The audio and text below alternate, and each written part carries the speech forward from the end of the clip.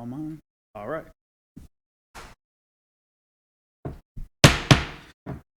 Call the meeting order for Master Plan Review Committee agenda for October 6th at 6 p.m.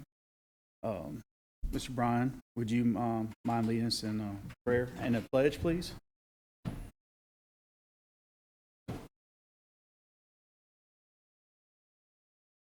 Allegiance to the flag of the United States of America, to the republic for which it stands, one nation, under God, indivisible, liberty.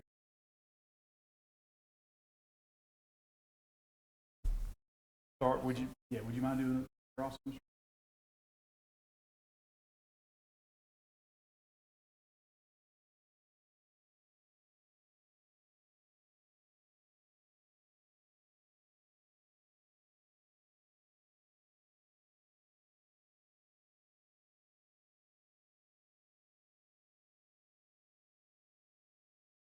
Amen. Ms. Petrie, would you mind doing a roll call, please? No, that's right. Here.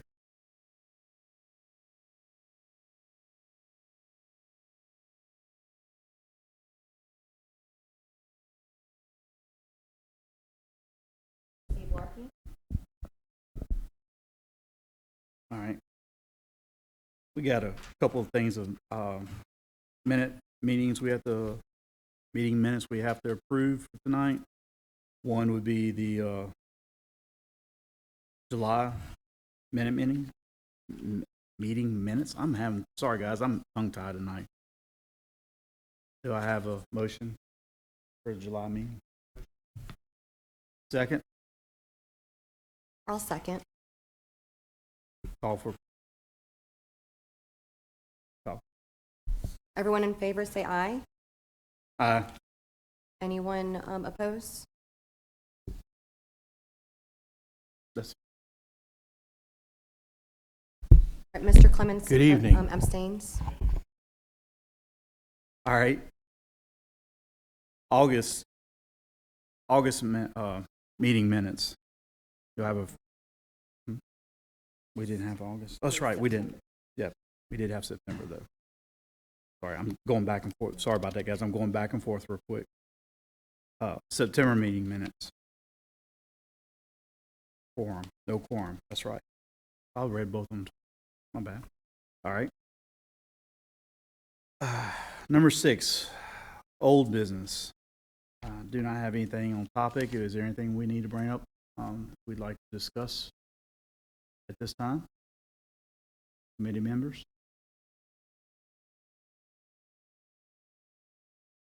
If there's nothing, we'll move ahead.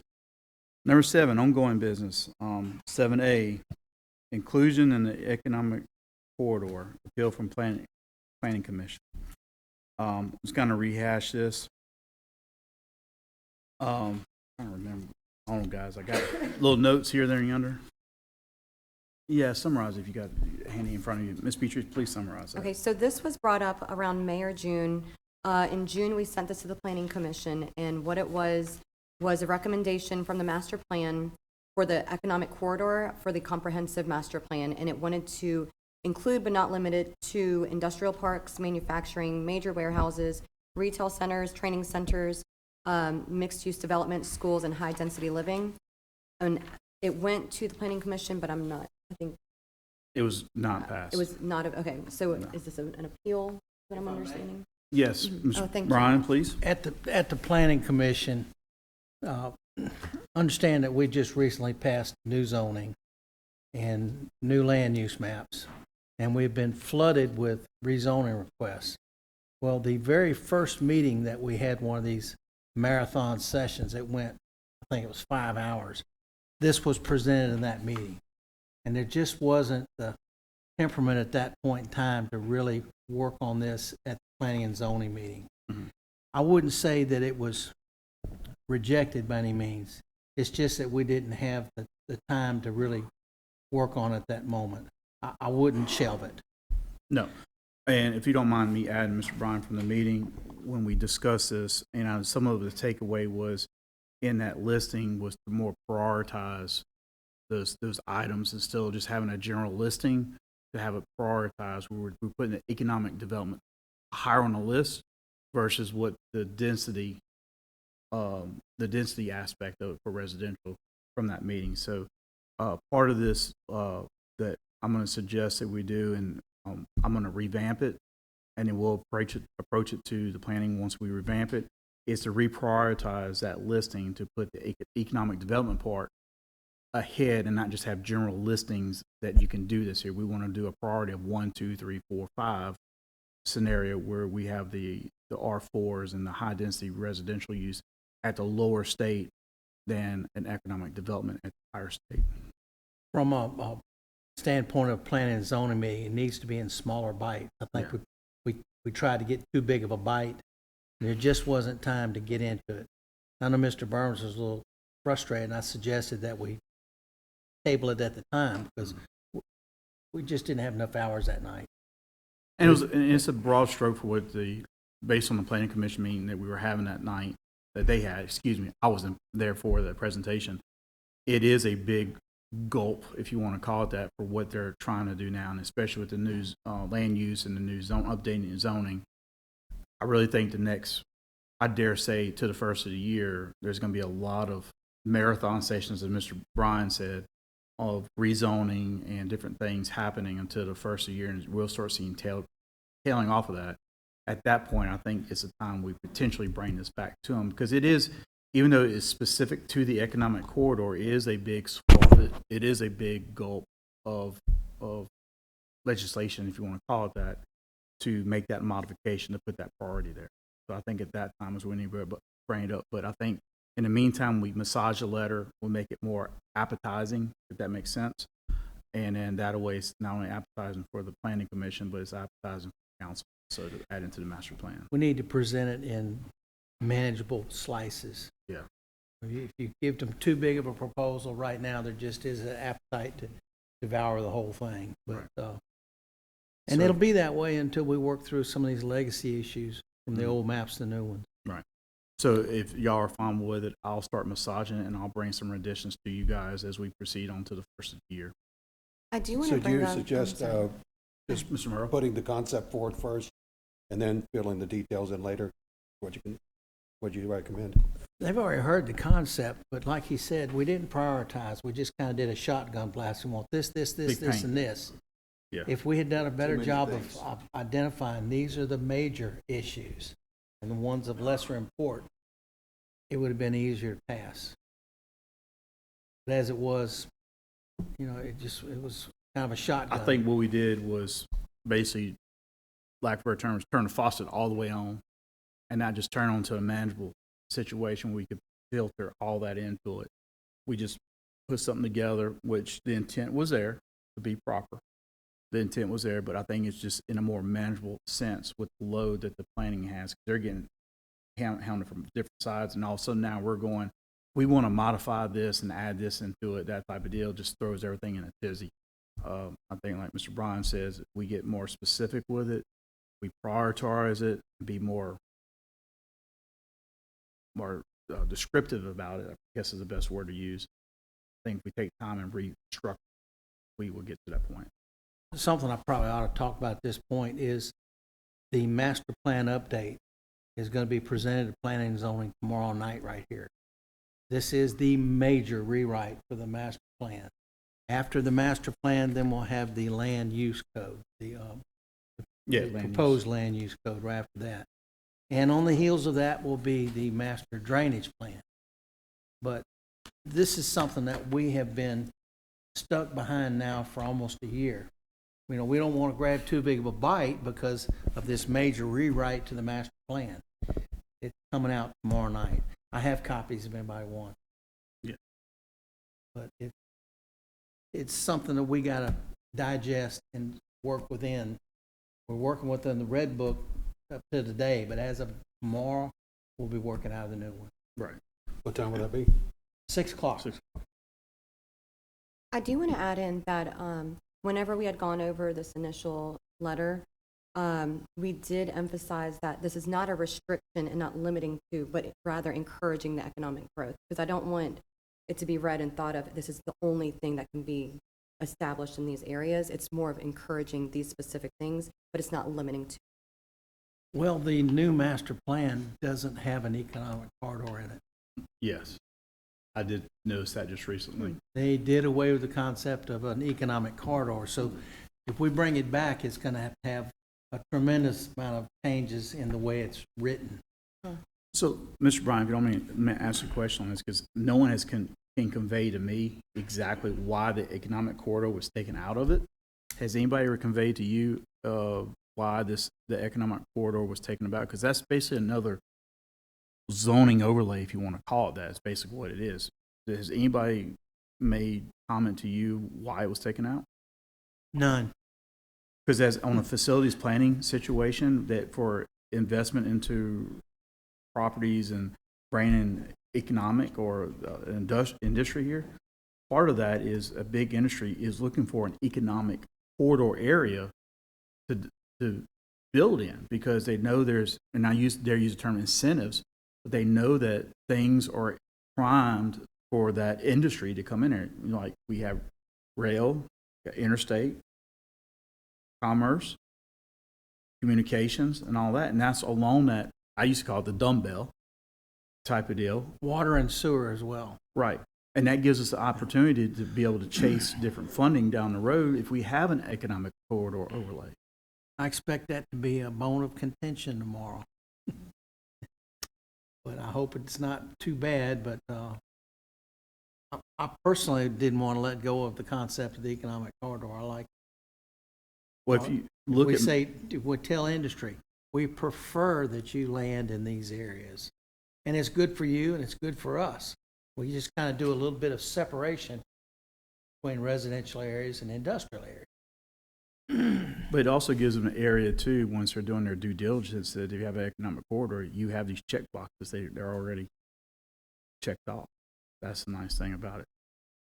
I personally hate to see it leave then, you know, because it helps out. Pretty much every municipality or parish I know that has zoning and land use in it, they have an economic corridor of some sort in their parish.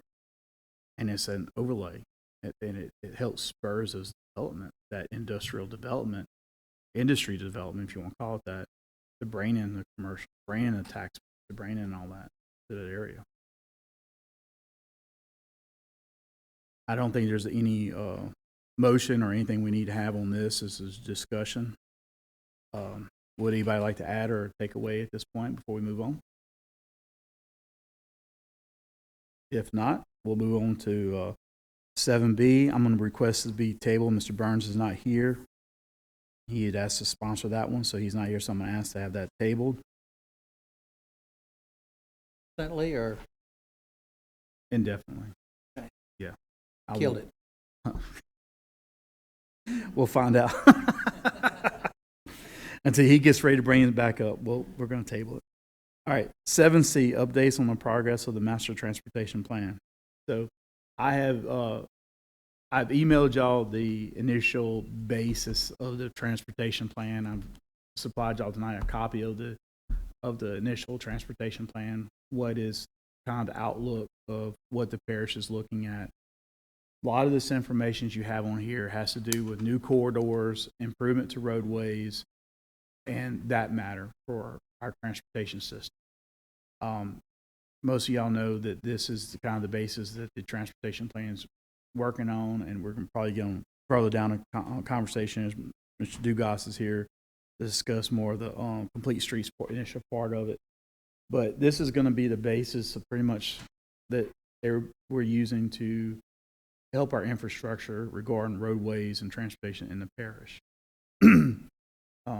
I believe there's 4 or 5 key projects that I think the infrastructure committee is kind of zoomed in on and want to proceed forward. One is Expressway going north up into Watson off the extension of Juban.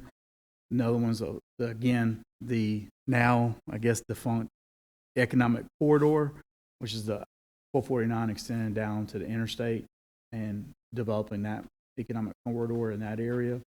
And then another one's the Highway 63 continuing down to Whitehall to create an evacuation route and supporting the lower part of the parish off inside this transportation plan or basis of transportation plan is also traffic improvement areas, intersection improvement, safety, and some we used to call safe routes, like multi-use type stuff.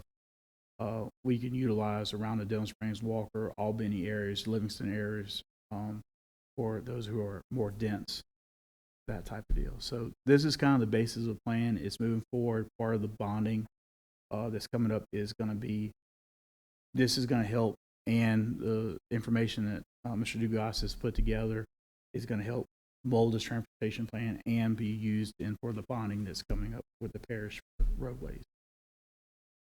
If y'all have any questions that I could potentially answer, I would be glad to answer it.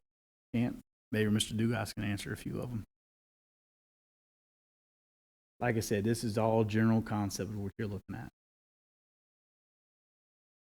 Feel free to take it home, butcher it up if you like, get some feedback.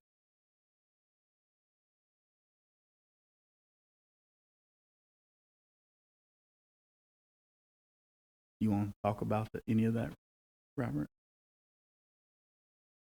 No, your input as far as you can explain the good roads. You got to plug it in first.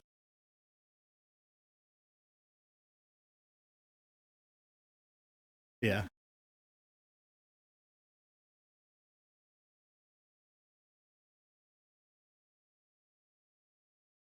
As in, like what? Yeah, these are actually reduced size. Contiguous, it'd be nice to see. No, you plugged the battery in, didn't you? Yeah. Now hit the button.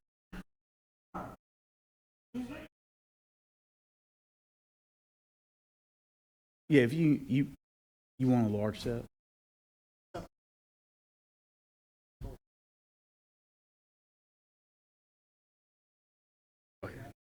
I can hear you.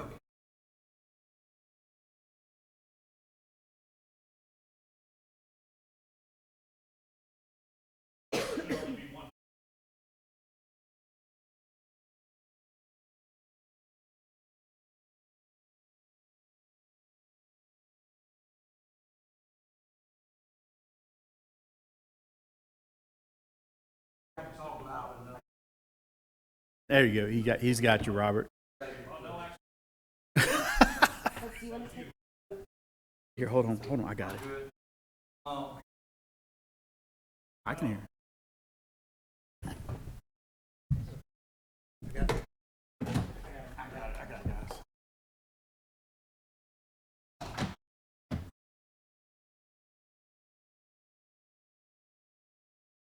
For the thousands of I got you. Okay, I get you. too big.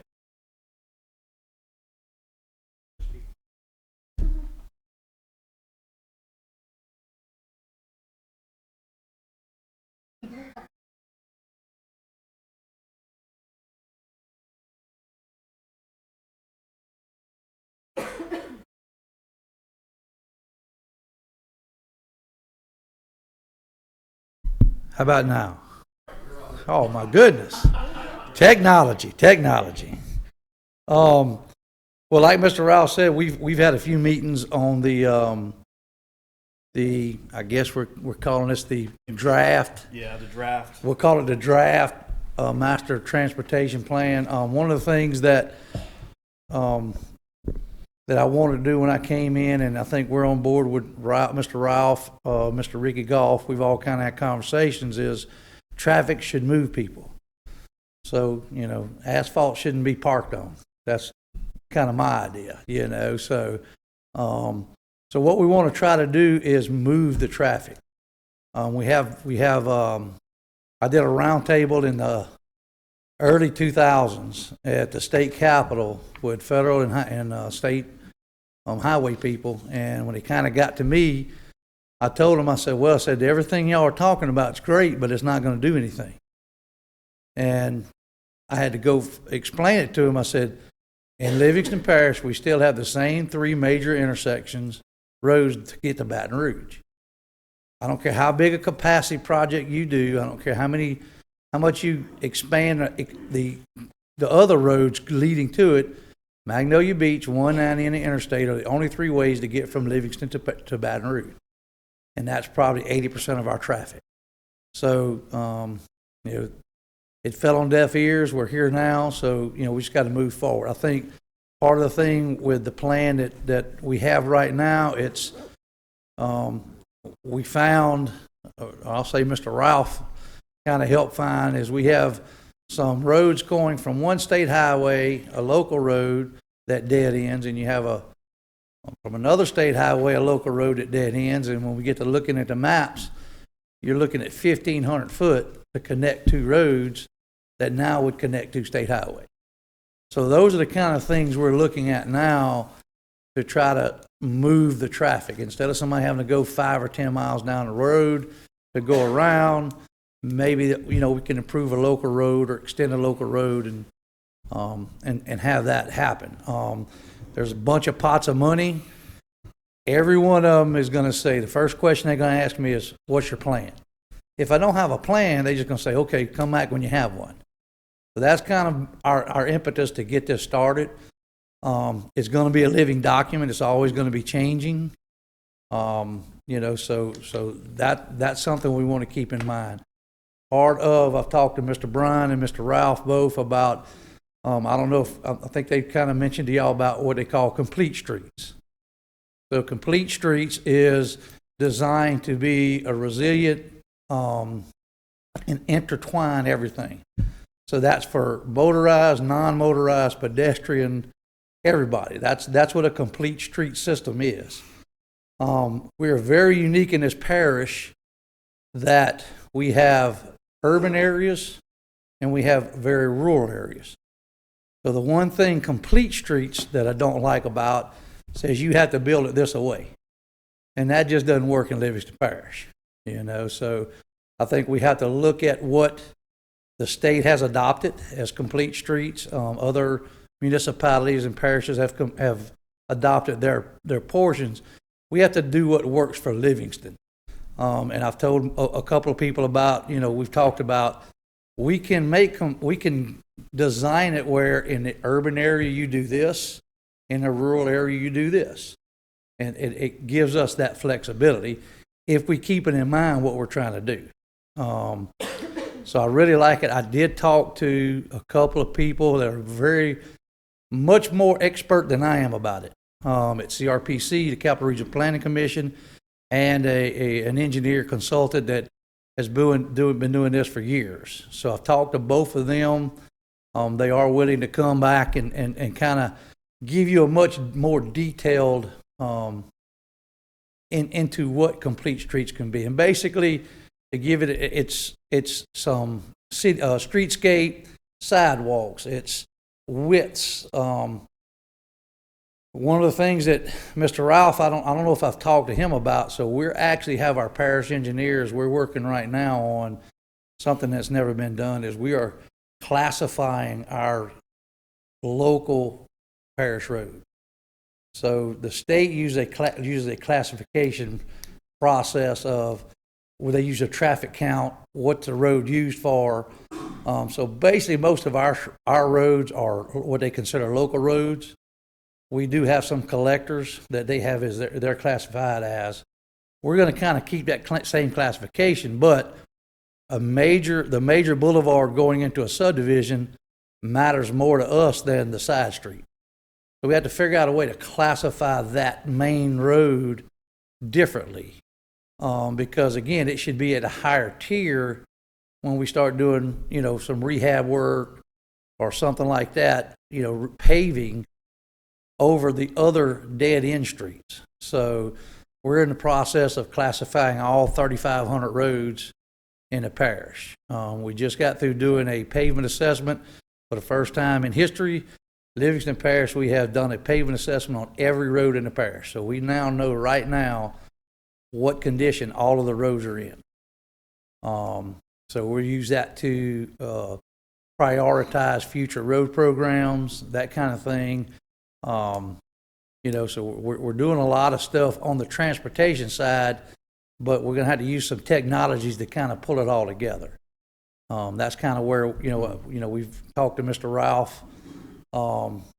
That's kind of his background, so I kind of lean on him I pick his brain a lot, so, So, don't mind me, Robert, let Go me ahead. interrupt on that if you don't mind. So, the stuff they've been using, before we would do a list of road overlays or whatever, here's give me your roads, give me your roads, give me your roads. Now, this technology they've used and way they have put it together now, basically DPW can start driving that horse to where the money needs to be spent now. We don't have, because we want this particular road overlaid, we would have a grade on the road. It'll be not only graded, but it's classified. So some with a collector that's in a poor condition of a D, or I forgot how, actually A, B, C, D, F. yeah. Well, so part I of forgot what, how it was. yeah, so actually what we're labeled. doing is, we're actually using the pavement assessment as the base. Right. So the score of the road is not just a pavement assessment. The score of the road is the pavement assessment plus the classification, plus how many schools, how many houses, how many, there's a lot that goes into the score. So if you have two things, and that's been my thing from the get-go, if you have two roads, the pavement are identical, what's going to make you do this road versus this road? And it has to be the classification, it has to be the commerce or the schools or something. Something has to weight one more than the other. So that's kind of what we've come up with is a calculation that gives us the best data-driven information we can. And so that's what we're kind of putting together right now, and we'll present that to the council. Right. The other part that they've looked at, and I know I've been in discussion with, and it's going to roll into the transportation plan, is actually how we look about doing road base and everything, because you can't use 10.5 inches of soil cement in Watson and 10.5 inch soil cement down in Maurepas. This doesn't work. Our soils won't allow us to do that. So some of the stuff I know we've talked about and has been discussed amongst everybody is actually looking at soils engineering, if you want to call it, a geotechnical, and actually getting a road typical for each area, not just a whole parish-wide area, which will allow us to roads. We can say, all right, we want a road designed to be 25 years along this route. What is our road typical for this down in Maurepas? What's our road design for this up in Weiss, up in Watson?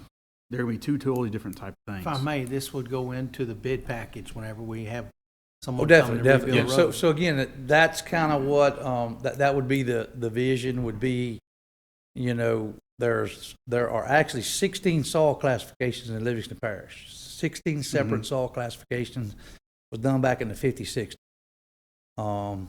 I could bring you that if you want some light reading. So, but so, I have and a little again, bit. so, to Mr. Ralph's point is, they've always did and I like standards, but standards can get you in trouble. We want to do what's best for the conditions that we're putting it in. So, you have the blackjack mud down in Killian and Maurepas area. You got the red clay and up towards Independence. You got some sandy soils over here and Watson. I mean, everything's a little different. And, you can't use the same formula, the same dose, whatever you want to call it, in every position. What we've done in the past is took the best case scenario for all of them and just used that.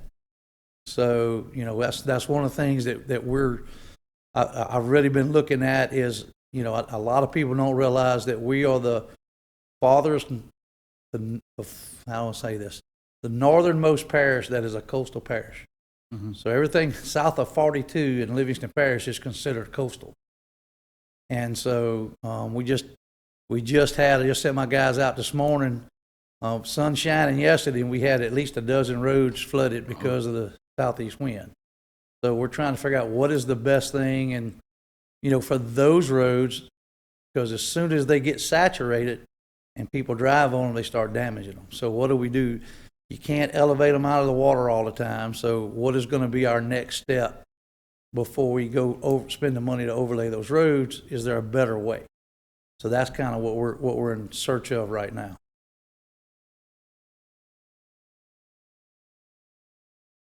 I know you got something on your mind, Mr. Bryan.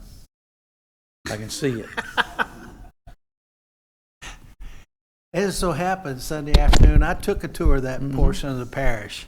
I drove all across to the Hungarian settlement on Saturday and came back up highway, all the way down Highway 22 to Port Vincent, made my way back up Frost Road. Frost Road. Now, I bet you there's got to be 3 different soil types from one end to the other, if not more. More. And how are you going to rebuild Frost Road? That's a rough one. Well, and again, I mean, to his point, I mean, you have to do, it's got to be data driven. You have to do your testing beforehand and let somebody, you know, an engineer determine in this soil conditions, this is the best dose. And then when you get to a point, then you need to change and go, you know, one of the things I'm looking at is, do I do less base and more asphalt? Because I can bridge over some bad stuff with enough asphalt, but it's got to come at a cost, because if I put thicker asphalt, I gotta get that money from something. So do I make my base less? So, you know, those are the kind of things we're always looking at on the administration side. You know, getting the best. I want to stretch that dollar as far as I can. That's one of the big things I'm pushing is preservation. I think that is a key for us to catch up. We have over 1,100 miles of parish road that we maintain, and so we did this year 60 miles. So this year's road program is 60 miles of road.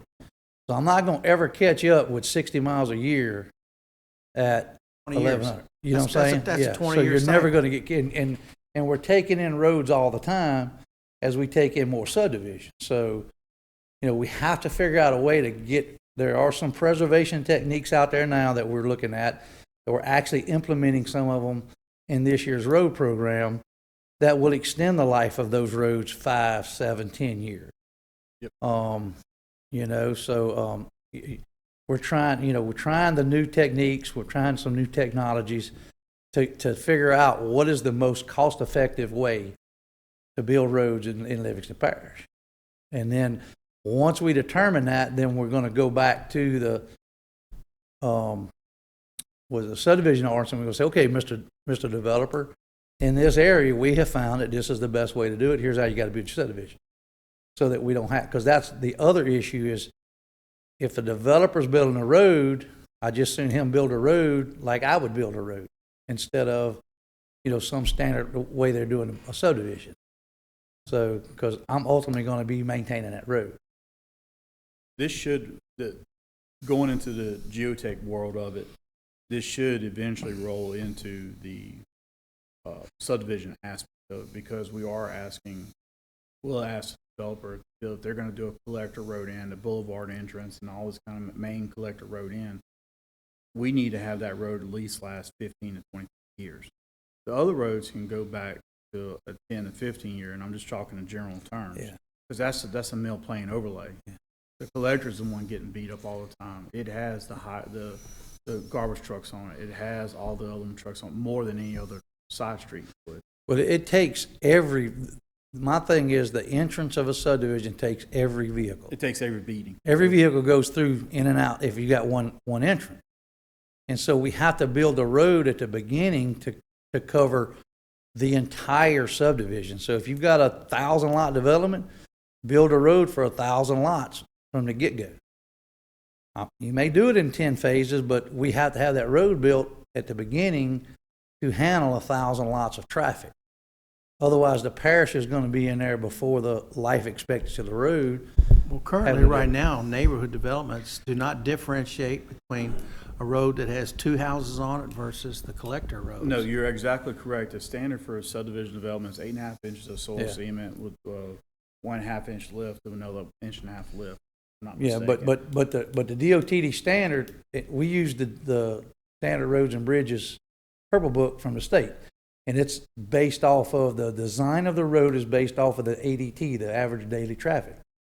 So if the average daily traffic for that boulevard, when that subdivision is complete, makes it you gotta have 10 inches of base and 4 inches of asphalt. I don't know, I'm just throwing a number out there, but that book may require that traffic count to have a different standard.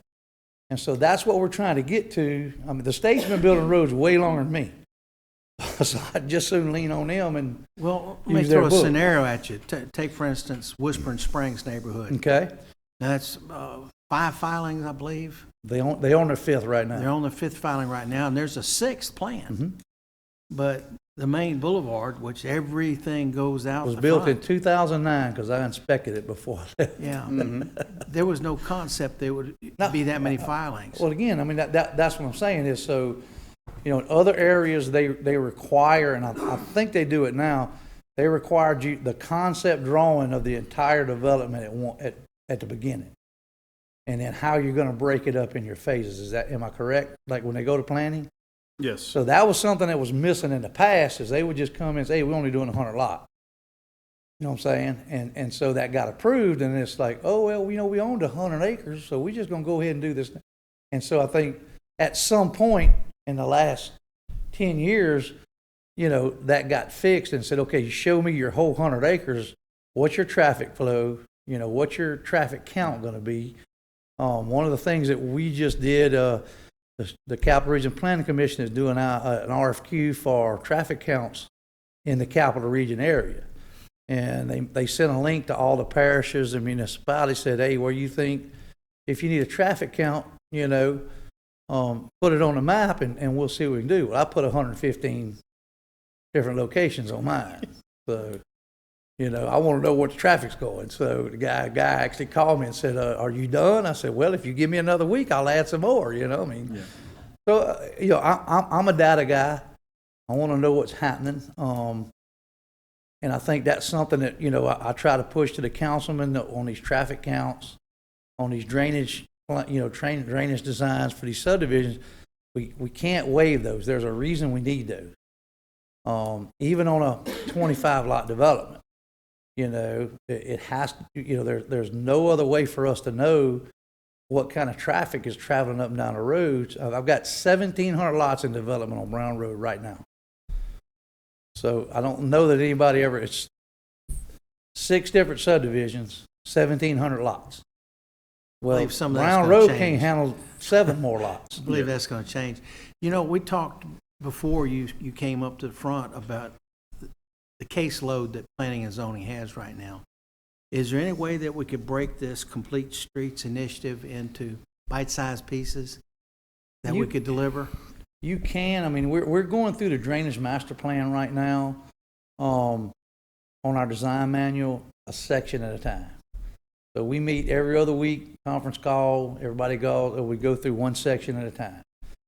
You know, when we get through, we'll have a very, very robust drainage, design manual. I think that would be the best way, is kind of break it up in different sections.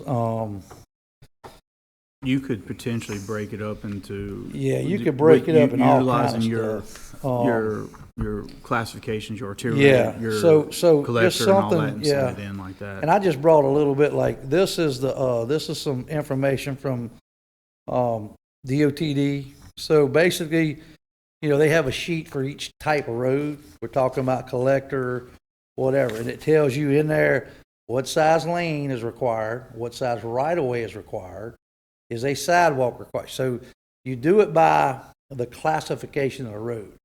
And then that way you don't get into any of this, well, you know, the developer says, well, I want to do this. Well, no.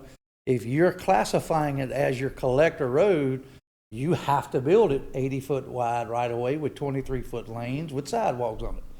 And by the way, we're going to make you put some streetscape, planting some flowers in a green spot, you know, if that's what is determined, you know. Just that classification itself, establishing collector routes. Right. If we could get that in, that would be Yeah, I mean, and that's what I plenty say, to yeah. present Right. to planning and zoning Yeah. for one session. Yeah. Right. You know. Part of that is also building off this, because Right. some of the issues that we're having now with some of these subdivisions that we're coming through is that some of these are in here, we now have subdivisions that are darn close to these routes where there wasn't houses there before. And if we had this implemented already, that subdivision developer, property owner, or whoever could potentially build, and I use the So term, your build a street future or- corridor. or at So you're- least give us a future corridor where we could go and Yeah. put the roadway in So later on. that's the thing that I understand in a master plan. If we adopt a master plan and we call it a future corridor. So again, the reason we're calling it that is because we want to move traffic. That's part of our master transportation plan. That future corridor, it may be a 200-foot wide swath. But it's saying, Mr. Developer, if you buy this property in this 200-foot, you got to put an 80-foot collector road. That's how you got to design your subdivision. So, because we're going to come from each end at some point and connect to it with another collector, so it helps the future. You got to kind of lay out the future now, I guess. In the current climate, I mean, there's an ordinance that's in the works right now about minor subs. The developers have found that they could develop 5, 6, 7, 8 houses at a time, and they'd be freestanding. And when they're done with those 8, 9 houses, then they build another 8, 9 right next to it. And before you know it, you have a complete neighborhood, but none of it had any drainage study, no had any traffic studies. We're in the same position here. Yeah. If we made someone look at a parent tract, they've got 150 acres they plan to develop, and they say, but I'm only developing 9 acres right now. Fine. But you understand that we're going to treat the parent tract as one. And if you ever think there's going to be a neighborhood in there, I think they took the parent track out of the subdivision, out of minor resub. And again, I think people get confused. The intent of that ordinance that I was told was for minor re-subdivisions of property. So like, you want to break out an acre for your child, somebody like that. Of course, whatever you put in there, some, developer's going to try to use it and go. It has to be on the parish council and administration and, the planning and zoning to say, no, this is above and beyond what that ordinance was, and kind of go, we want more. So that's some of the things we're working on right now is how do we trigger that clause where I want to see a collector road. At that point in time, we have to have some way that we can right now, defend you in don't court. have anything. Well, So that's what This is the basis yeah. of having this Right. plan to that. Now, to throw along the conversation about the minor subdivision turning into a roadway and all that, and Mr. Dugas and I have talked about this pretty straightforward. We have an ordinance that we have today that the council does not use to take roads in. The ordinance says it's got to be 1,054 feet long. It's got to meet a standard of a 60-foot right-of-way. It's got to meet a standard with a base. It's got to meet all this pictures and dedicated right-of-way for it to be taken into the parish. Not a single one of these roads that have been coming in to the parish meet that qualification because they want to loophole it and use a type D road and loophole it in and bring it to the parish. The councilmen have got to stop using that loophole and utilize what was put in an ordinance to bring a proper road, gravel, whatever you want to call it, into the parish by having that 60-foot right-of-way, by having the right width of gravel, stone or asphalt or concrete roadway, and by having the road properly dedicated and fee title to the parish. Instead, we're coming and bringing these roads in a loophole, and it's eating DPW away with the maintenance of these little bitty 12-foot cow paths that they want to bring into the parish. We're kind of tied because once you take a road in, then people put 4 or 5 houses on it. They put in septic tanks. They discharge the tail line to the ditch on that road. Now we're tied hand and foot to that property because of that ditch. why. Take, for instance, Is it Causey you Crossing. talking about a parish road? Yeah, take, for instance, Causey Crossing. When Yeah, if we take it a parish road, yeah. If we take it as a parish maintained road, yes, we're responsible for that. once you take it in and they put in a couple of septic tanks, you've got that road. You can't take it away because now you've taken responsibility for that septic system, like we have up at Causey Crossing. No, because the way it No. works, so what happens is John Calvert with the health unit, he and I have made many trips And so before he'll sign off on it, he has to know who maintains the ditch that your sewer's gonna outfall into. And he and I rode many roads in this parish, and I don't maintain it. Drainage district is not existent in that area, so then they have to bring it to a parish maintain, or a state ditch or a parish ditch. So, you know, Blue line. there's been a bunch of them that have had to put 500 foot of tail line. Yep. To get it to a maintained, or they have to sign some affidavit, I think, something or other, that they're gonna maintain it. What I'm talking about, we have already taken in many of them, Oh, yeah. and we're stuck. Yeah. Well, again, I mean, There's no you way know, getting out of one it of the now. Well, it's a conversations. public maintained ditch at that point, because it's Yeah. a roadway ditch. Yeah, I mean, There's- and the reason we maintain the ditch is not for the sewer. The reason we're maintaining the ditch is keep the water off the road. And that's the only reason DPW doesn't really do drainage for sewer. We Just do maintain drainage for because we road. have to make sure the water gets off the road, so it doesn't sit on the road and destroy the road. That's really what we do. You know, now, the good point for people is we get the sewer away from their property, but we're not really in the business of moving sewer around. We're trying to get the stormwater out of the way. And technically, on a state route, you're not supposed to direct discharge a sewer Yeah. line into a state ditch. You can indirect put into a state ditch. That's true. The road ditch for a state road is only there for the benefit of draining the road ditch. I mean, the road bed, the roadway only. That's, if you go to the state, that's what it'll tell you. Oh, no, no, don't get me wrong, but if you look at permitting, you go to state permitting, and go that Yeah. route, it specifically says on there, you are not to direct discharge into a state ditch. But yet DHH tells you, you have to direct discharge into a public ditch. Go figure that one out. It's two state agencies that have conflicting, so, but no, I'm just saying that once we've taken a road in and people start direct their discharge to those ditches, now we can't take the road out of the system. right. Well, you could. I mean, I could Not take. unless we pay for their new tail lines where they gotta go. No. Oh, we can quit claim it right back to them. Yeah.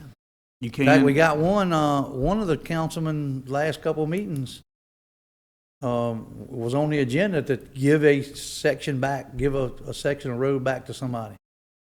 And so as soon as we do, we're gonna go put a end of maintenance sign right there.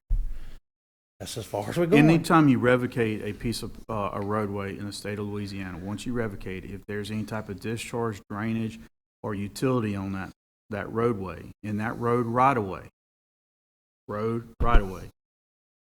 and is not relocated or anything to that means, like the parish just revocates the roadway, and a servitude is automatically granted for that particular, you name it. That's correct.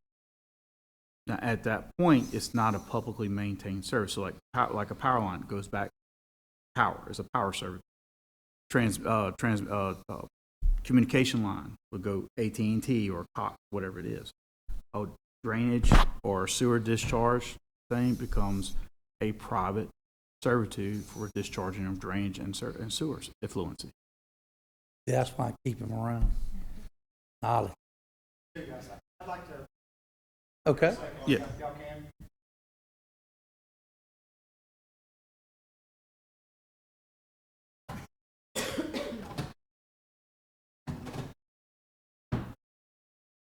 There we go. There we go. All right, Ms. Dugas, Lupus back around. I appreciate you coming tonight, and I appreciate you always being available. I mean, that's your reputation across the parish, and I do appreciate you always being willing to speak with everyone. I think part of this committee is to, obviously, we're forward thinking and looking in the future. And on the complete streets, riding around Baton Rouge, it's pretty obvious what, some of those intersections and things that have been brought up to that standard. And it's also easy for me to see in the future the need for multimodal transportation. Even in Denham Springs regularly, there's scooters. There's so much more people outside of a car going, whether it be a mile or two, all the way. I see people commuting to work. They're wearing their uniform, so I know where they're headed, and they're 5 miles from where they're going. So it's easy to see that, but also understanding the expense, factor of it. A lot of these things, and I know that there's state, federal money flows through the state that will offset some of the things we're doing. But my main concern is maybe getting your input on maintenance. You know, you mentioned some of these green spaces and things that do that, and I already look at the DPW budget, and I know you don't have enough money to do what you're doing already. And I'm wondering, you know, as you're looking forward, and it's been brought to us that it's your desire to be part of this program. Can you just speak to what you? So as far as maintenance, so the maintenance part, I don't think would be, if you did sidewalks, right now, the reason I got to cut grass is because the ditch is 3.5 foot deep, and, you know, 65, 70-year-old man ain't gonna go out there and weed eat it. You know what I'm saying? So, you know, I think if you did, I'm not doing that as a 50-year-old. you know, so I think if we look at it in the grand scheme of things,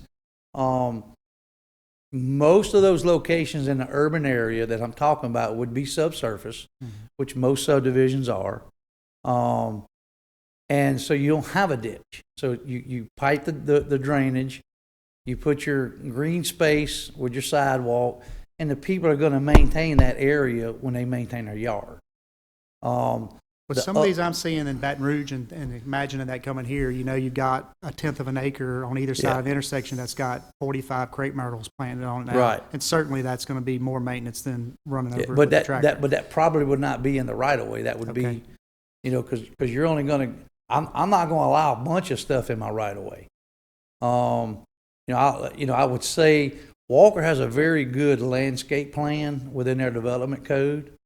I would mirror something similar to that. Yeah. And they have some of the complete streets earlier. I've talked to Jamie Yeah, about those so- things. So if you can quickly, in layman's terms, kind of spell out to me, it seems like we have a lot of flexibility in getting into this. We can make it how, that's the one thing Mr. Ralph and I mean, if you took, so DOTD has adopted complete streets as it's written. So the one thing that does for us is if once we adopt a version of complete streets in Livingston Parish, then every state project that gets built in Livingston Parish, they now have to follow their complete streets. That means they have to build the sidewalks. They have to do all the things. So when 190 finally gets 4-lane, guess what?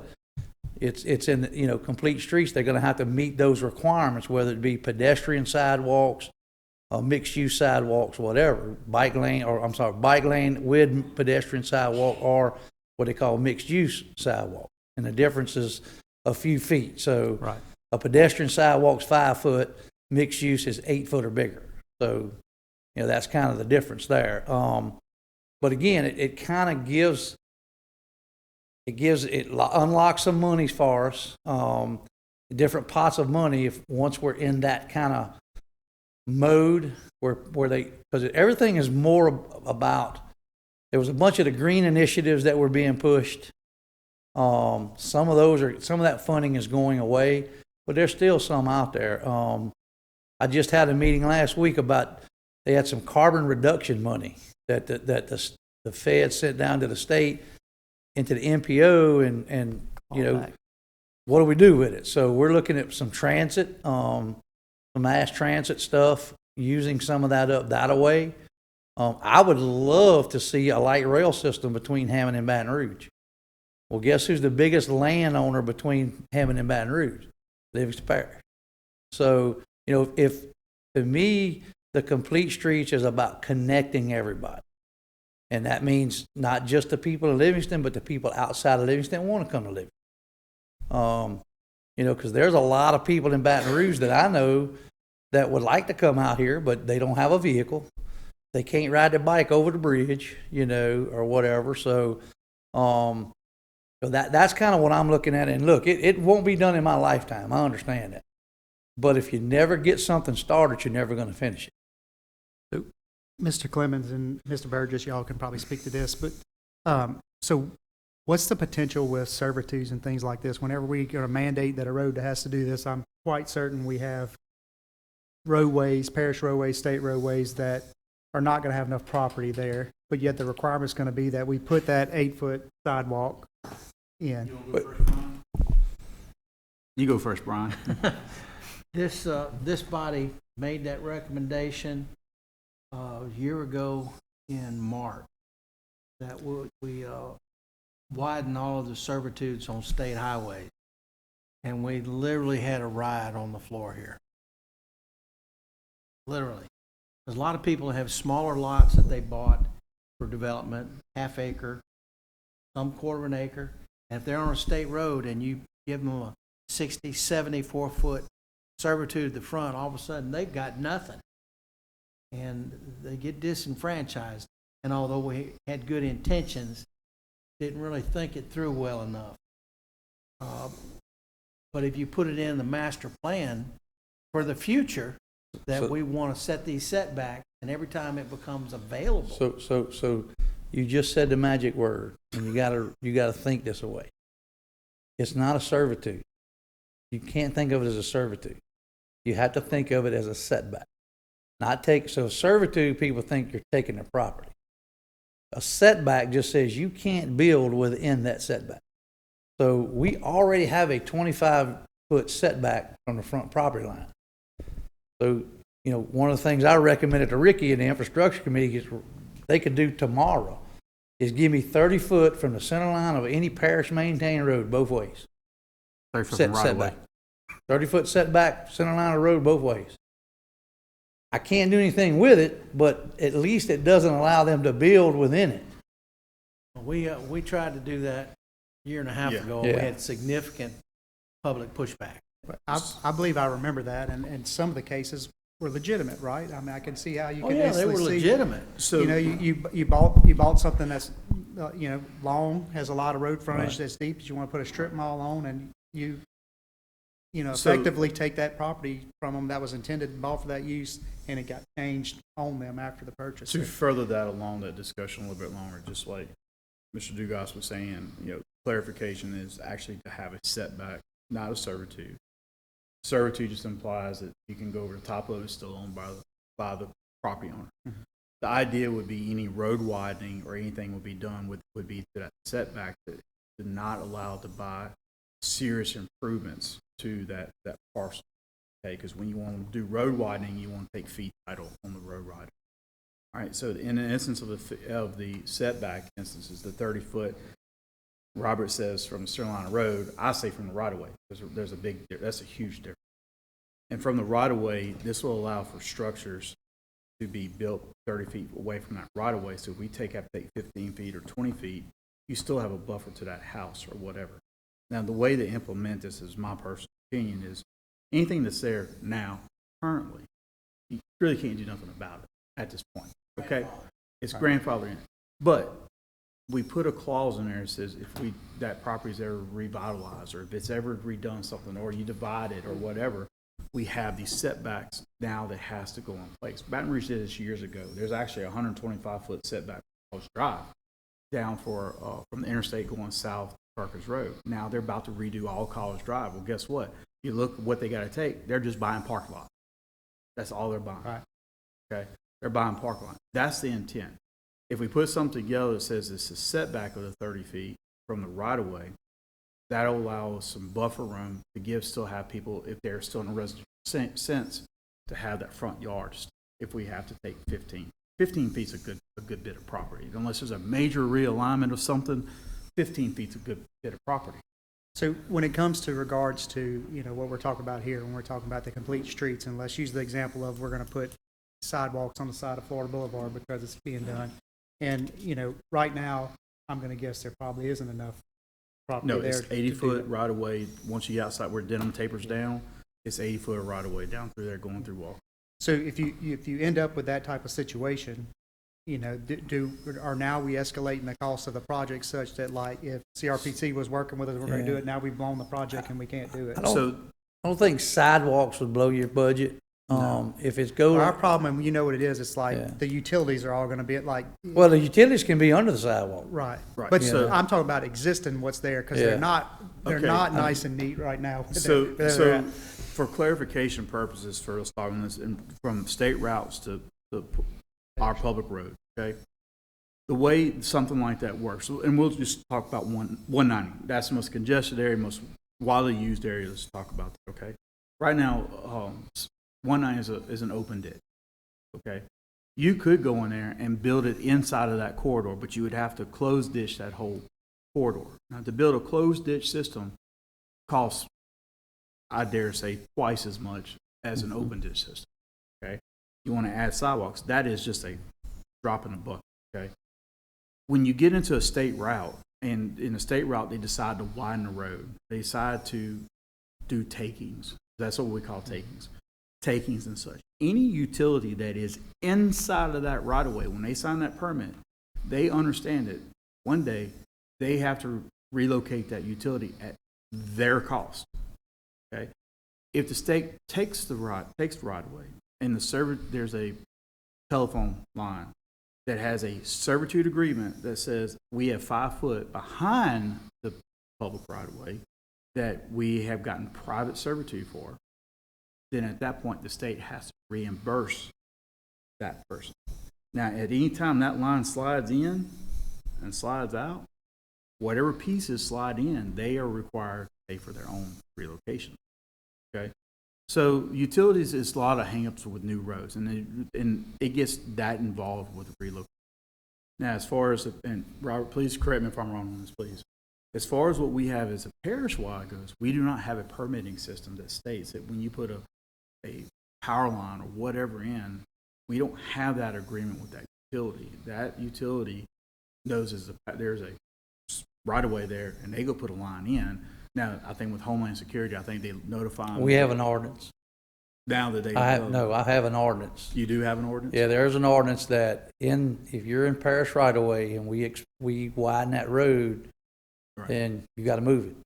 If we choose to we could let them keep it, Right, if it's depending not, if it's not in our conflicting. way, but Right. but there's an So- ordinance that says if you're using a parish right of way and we do some improvements on the road and that line needs to get moved, because look, I'm telling you, the first time we did this, Yeah. the road, we did the $60 million bond back in the early 09, 10 and all.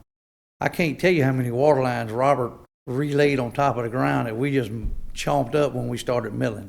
Yeah. Because they were run right down, most of these rural roads, they just ran a trencher down the middle of the gravel road, put a 2-inch line in. Same Yeah. thing with telephone lines, they just you send know, the so ditch, you dig them if up all they're- the time. Yeah, 'cause so they're in the if ditch. they're in the right of way, it's on the utility to move it. Yeah. When was that So- ordinance put in effect, Robert? Who's 74? Okay, I couldn't remember. That's why I Something said, like that, correct me if I was wrong. I knew. Yes, it's in a road and, it's actually in a road and drainage section, under utilities and Right, utility yeah, installation, I know what yeah. you're talking about. But with the state, it's very clear cut on Yeah. what dollar goes what. Yeah, guess because they my- used a permit system. My question too, and this is all hypothetical, right? I'm just trying to Yeah. understand the consequences of this, but let's move away from utility stuff. Let's just say actually the property owner, right? Like we don't have the room to do what is now required because we adopted this, and we have to buy this property for this section of road. Does that cause us to lose infrastructure that we need, or can it be written in Under a that state we can contract, waive? no. So I'm doing Linder Road right now. That's where we're at right now on Linder Road is in right-of-way acquisition and utility relocation. So within a state-funded project, they have provisions in there. Now, you have to follow the state provisions. And I think it's like you have to have 2 appraisals and You have 2 appraisals, that's da, correct. da, da. It extends the time frame out. You have 2 offers. You and then- know, yeah. So, I mean. And then even with that, there's the option, like some things can be waived. Right. Oh, So, yeah. I mean, we could always, there's always things that we can do from the local side, Yeah. especially for economic development. Right. That's where it's key to me is, if you have a large economic development person, something come in, you say, man, I really need this road to be 80 foot. Yeah. And they say, okay, we'll Let's talk build about it. Linder. Linder's Oh, between look, 2 I state knew I shouldn't have highways. brought that up. When you said Linder, it's the perfect road, though. It really was. It's between 2 state highways. Uh-huh. A lot of traffic. It's a collector. It's a collector route, It's actually a major collector, major collector. not a minor collector. The soil right there is unique. Mhm. You have yeah, 2 two soils gravel- there. we're actually doing two 8 sand inches pits, of dirt subbase slash sand pits below right there on the the side of base. it. Yeah. Yeah, it's We have a all section, low, and you yeah. have a gas pumping station. Well, I got it covered, man. I already done had the meeting. I got it covered. I'm telling Pipeline you. crosses, I got it. transmission lines cross. I got it. And we're gonna have to do, takings of all that land, right? No. But I will tell you that lender is also an example that could benefit from multimodal, right? There's a lot of people that walk Yeah. on that road. Oh, and yes. it's dangerous, Yeah. you know. So thank you, Mr. Dugas, for your time helping me understand. Anything else? Let's cut to the chase. How can we help you?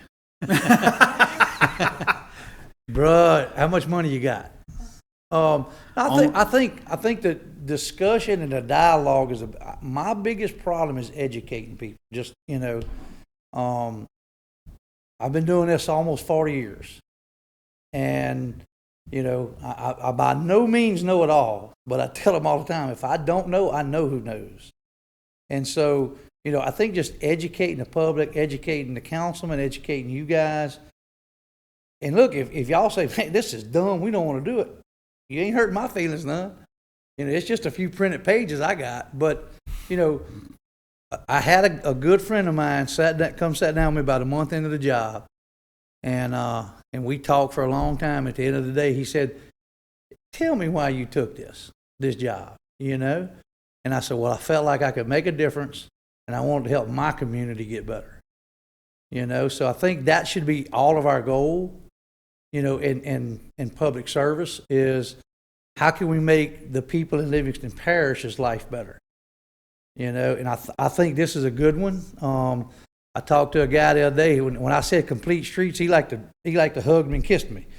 And he said, because his vision was, and I never thought about this, some kid from the high school riding his bike to school every day, and then once he graduates, going down Burgess Avenue on his bike to that, was it North Shore Community College, getting him a degree, and then getting him a job at some industrial place down Walker South. And said he could live his whole life here and never own a vehicle and just ride his bike everywhere. And I said, that kind of makes sense. So I'm gonna date myself real quick, Oh, Lord. because what he's talking about, when we got in junior high, some friends of ours, we would meet at my house. We take turns every year, meet at our house last day of school. I went to elementary at Freshwater, then Denham Springs Junior High where it's 9th grade now. Oh, well, now it's all high school and a high school. We used to ride our bikes from my house, or depending on what year it was, off Linder Road or out of Maryland. Yep. And we'd ride our bikes last day of school up to the schools, get our report cards, and ride our bikes back. Now think about that. Well, Be they worth had your like life three. today. Yeah. I'd have to have a It'd be big worth your old life. There was bubble only wrap like 3 cars on the road that day, back then. and a buggy. But again, I mean, again, I think if that's our goal, It's connecting the community. it's is what it connecting. is. You know what I'm saying? It's more than that because y'all did that for fun, but there's people that get their groceries that way. No, yeah. Mm-hmm. Yeah. Now, Brian, you asked us the question. Let me give you my view on this real quick. What I think is, I think you said you wanted to bring April up here. Is that right? Yes. That's one of my experts. I'm just saying. Brain she April. knows. There's a few people we talked about that actually I know really well that could come up here. They have gone way into the complete streets. I'd like to have them come up here and discuss it and present it to us. And as Robert's working with the council and everybody else to try to get this moving with this also with the transportation plan, personally, I think once we get this information, I think we can help DPW out by starting work. If it's not moving fast enough on the other side of the fence with our groups, planning and council, I think, or I dare say, I feel obligated to start working on something that we can make it part of a suggestion for the master plan, be put in the master plan to start the process. But I think us becoming more knowledgeable of it is key before we can start helping put it together. And I can tell you something from the standpoint of everybody speaking the same language. That's the key to me, is if we all kind of know what we're talking about when y'all interact with the planning commission or the council or so, they know what you're talking about because, we've kind of educated them a little bit. Right. The only request I have is we leave out rain gardens. That's the only thing I gotta ask. Oh, no, I ain't cutting them around. If they build them, I'm gonna cut them down when I go through there. There's a stipulation in for more urban areas to make a rain garden. What it is it's just. And they can do it on private property. Yeah. I don't have a problem with that, but we're not gonna build them in right of way. It's a offshoot of the road for the drainage, and you're supposed to put rocks and water resilient plants to clarify the Yeah. water. Yeah. Yes. Well, no, they never become mud holes because you got rocks in them. Yeah. But it's supposed to be, you got to play. I can tell you a good one you want to go to the Goodwood Library. Yes, Look in their they have parking one there. lot. They have one there. And that's, and it looks pretty. But But I'm telling you, my tractor drivers, they'd call that weeds and they'd mow them down. I mean, Yeah. you know, and again, my thing is put the right thing in the right application. You know, we talked about part of complete streets is we've already had this conversation about traffic calming devices. Everybody's, we want speed bumps. No, you don't. But there are other traffic calming devices that we can implement and make if a developer wants his speed limit in his subdivision to be 25 mile an hour, then design a road system to be 25 mile an hour. Well, you've seen Ponderosa in Baton Rouge. You know what I'm talking about? Yeah. Yes, that's. I remember when Ponderosa was a racetrack, and on Yes, Friday night, yes. the kids literally used it Yes. for drag racing. Yeah. So And those then are the examples City Parish of- came in and made that a one long snake's track. I mean, and again, there are ways to do it other than speed bumps. It's at the end of the day, just like Robert says, at the end of the day, technically it's a designer's discretion and or the engineer's discretion. If they want to build for 25 mile per hour, don't do lot and block type subdivision. If you want to do 25 mile per hour, make it curvy. Okay?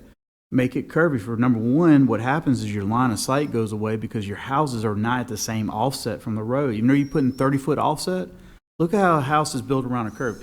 You can see the face of every house going around that curve. So what happens is it takes the line of sight away where you can't get to that speed. It's human nature to go, it's closing in, I'm going to slow down. When you have to turn your steering wheel, you slow down automatically. Automatically. It's in your mind. So I it's, actually had this conversation with a developer in Baton Rouge, and he couldn't understand. I said, well, it's easy. The lots near the intersection have a bigger front yard. The lots with the curve have a bigger backyard. You just kind of move the house, and the same size lots. You move the line of sight. it's a line of sight. It's a line of sight issue. And that's something else we need to address too eventually is line of sight coming out of subdivision. We don't enforce a line of sight Yeah. also, which is a safety issue. The state will enforce it if they have to, but it'd be nice to us to have a line of sight. They're called line of sight or sight triangles coming out of the road. If you're going into a road that's 50 miles per hour, the side of, Another specific, there's a little road right across from Denham High, goes over to River Road. It's not my road. That's a city road. Talk to Mr. Gerard. State highway right there, but that yo-yo lives on that corner. He plants things exactly on that corner. yes. And then when they get big enough that finally we have an accident, then the city comes in and makes him cut them down. And as soon as they leave, he plants new ones. Yeah. And 4 years later, we have an accident again. They doesn't. I watched it happen 5 times. Right. They don't go in there and request a servitude for a line of sight. That's the thing. That I know exactly what you're talking about. That's that particular roadway is part of the old city of Denham Springs subdivision, and they don't have a lot of line of sights on those things. Instead of the city being proactive, just my opinion, of once they go in there and cut it down, they issue a line of sight on it and get an agreement for it. I'll give you the prime example where that happened at is there at the corner of Lockhart and Burgess Avenue. There you come out to Lockhart, you go to the left on the north, that'd be the northwest quadrant.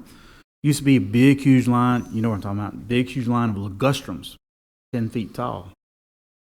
It took the administrator in Hammond getting a wreck right there because he couldn't see around coming from Walker and got in a wreck right there.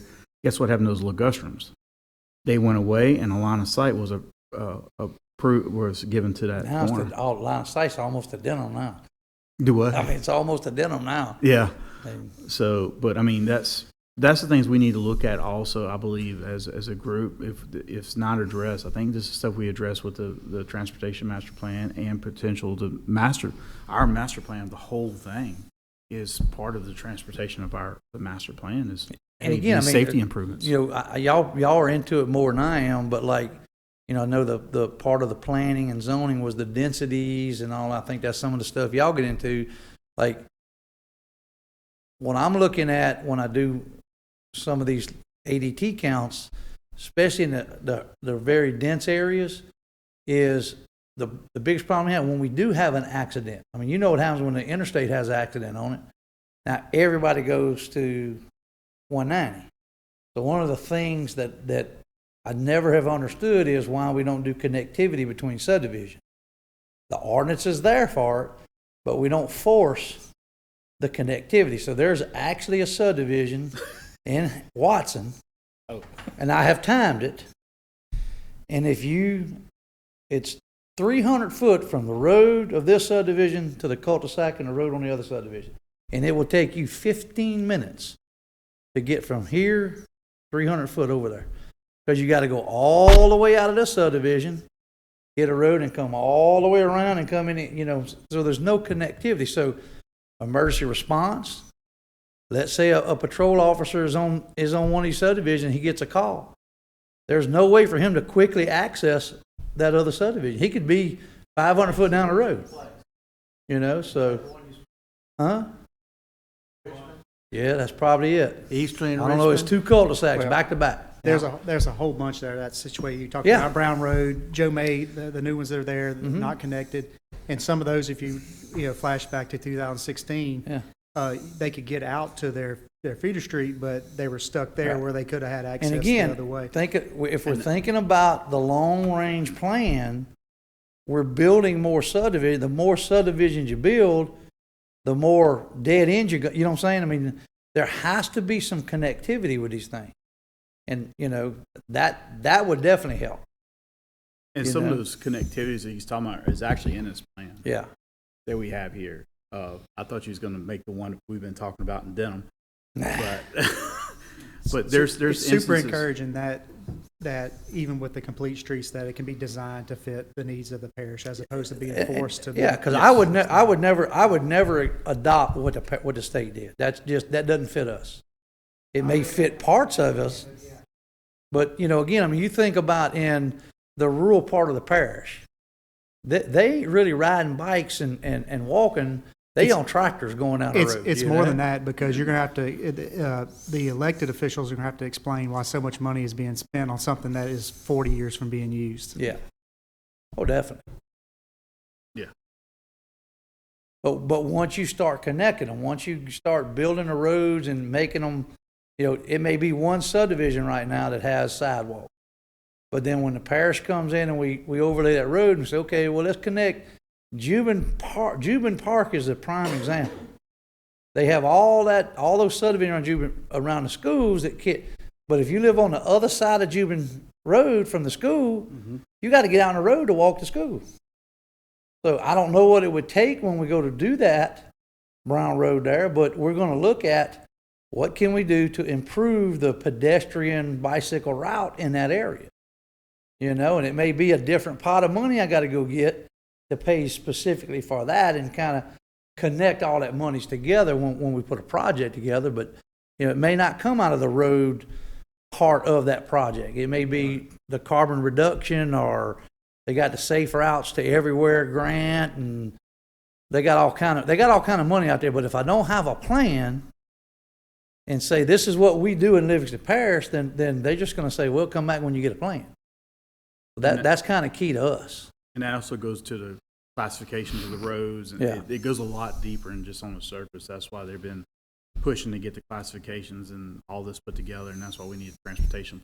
Because when you go for those pots of money, it's like, well, what do you have? Let's see what you got. And it's like, we just want the money to build this road. Well, Yeah. where's it going to? Where's it coming from? What's the improvement? Well, you know, sometimes just a good line on the paper showing the surrounding area is all they need. But if you don't have that and say, oh, look, I just want to do this to here, we miss out. So that's where we have to be proactive and get this moving forward and looking at the complete streets and stuff like that type of deal, because it's going to come down to. So I's did you dotted, want me to T's try to crossed. get Jamie or Amy or April at the next meeting? Yeah, When's let's y'all's get- next meeting. Definitely get Brain April and bring Jamie too. Okay. When is it? It'll be, let me pull my calendar, be November 3rd. Look at her, she's Johnny on the spot. 6? Number 3rd. November At 6 3rd. 6 p.m. o'clock? Yeah, 6 November p.m. 3rd. Okay. I'll give him a call and I'll verify with you if he can make it. I'll hold off on calling April. We'll Okay. try to get Jamie first. All right. Mr. Robert, thank you for coming. No problem, man. Anytime y'all let me know.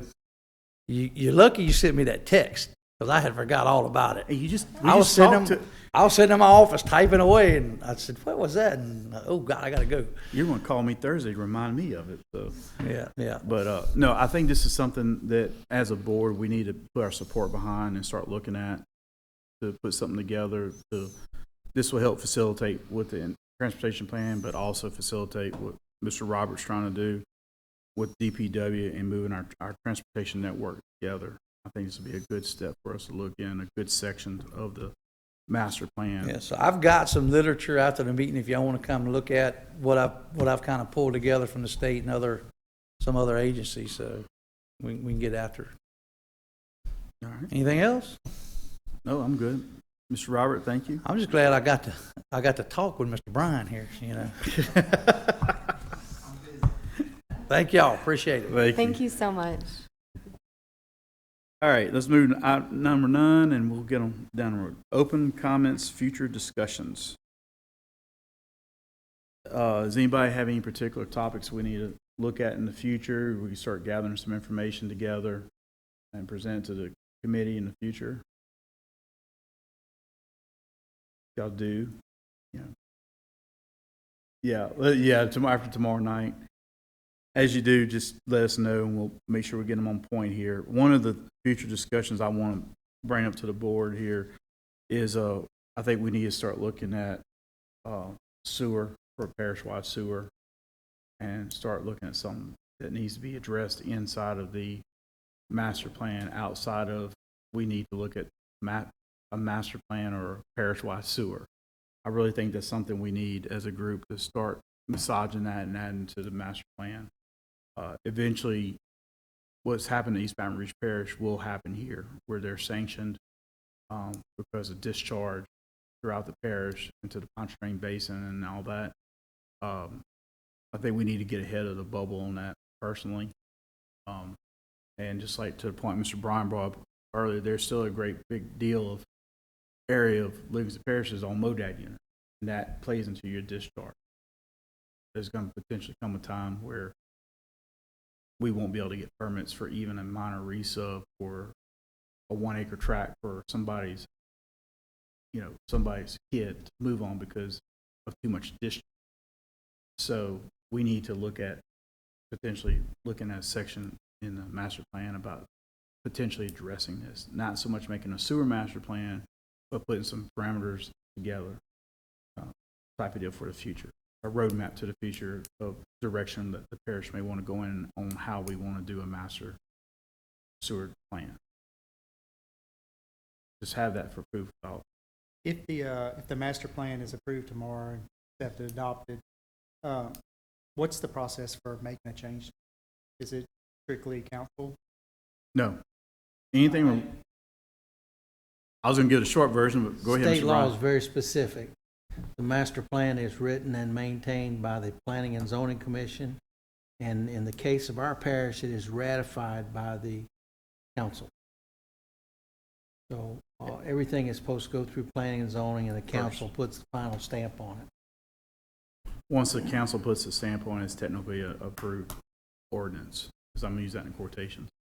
So the council's only able to approve things that are brought from planning and zoning? How it's written?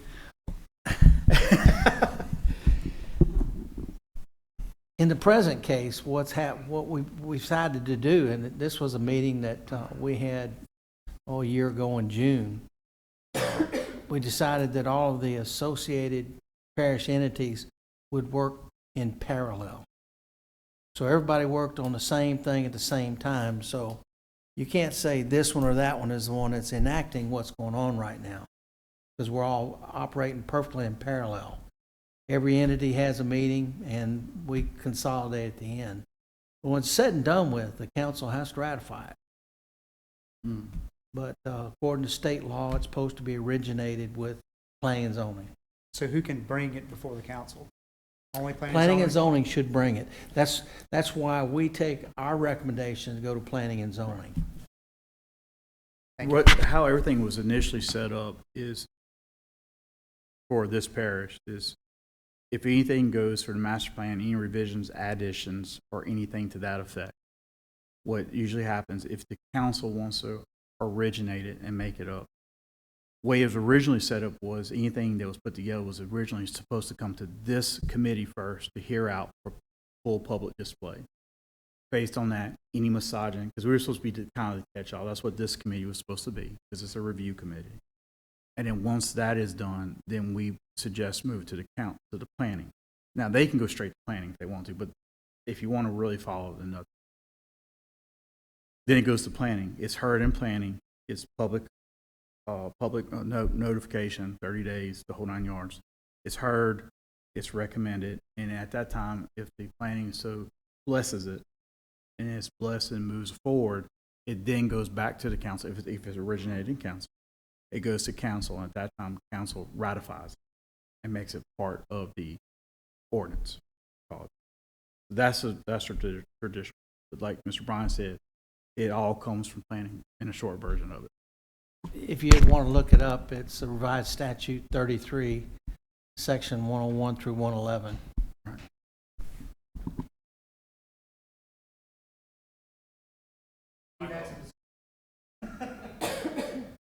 Yeah. Mic on. Revised statute 33, paragraphs 101 through 111. That section has to do with all planning matters within the state. Any other topics for discussion before we adjourn for tonight? All right. That's it. Do I have a motion to adjourn? I'll Second. I'll second. All in favor? Aye. Aye. All opposed? Good night, gentlemen, ladies.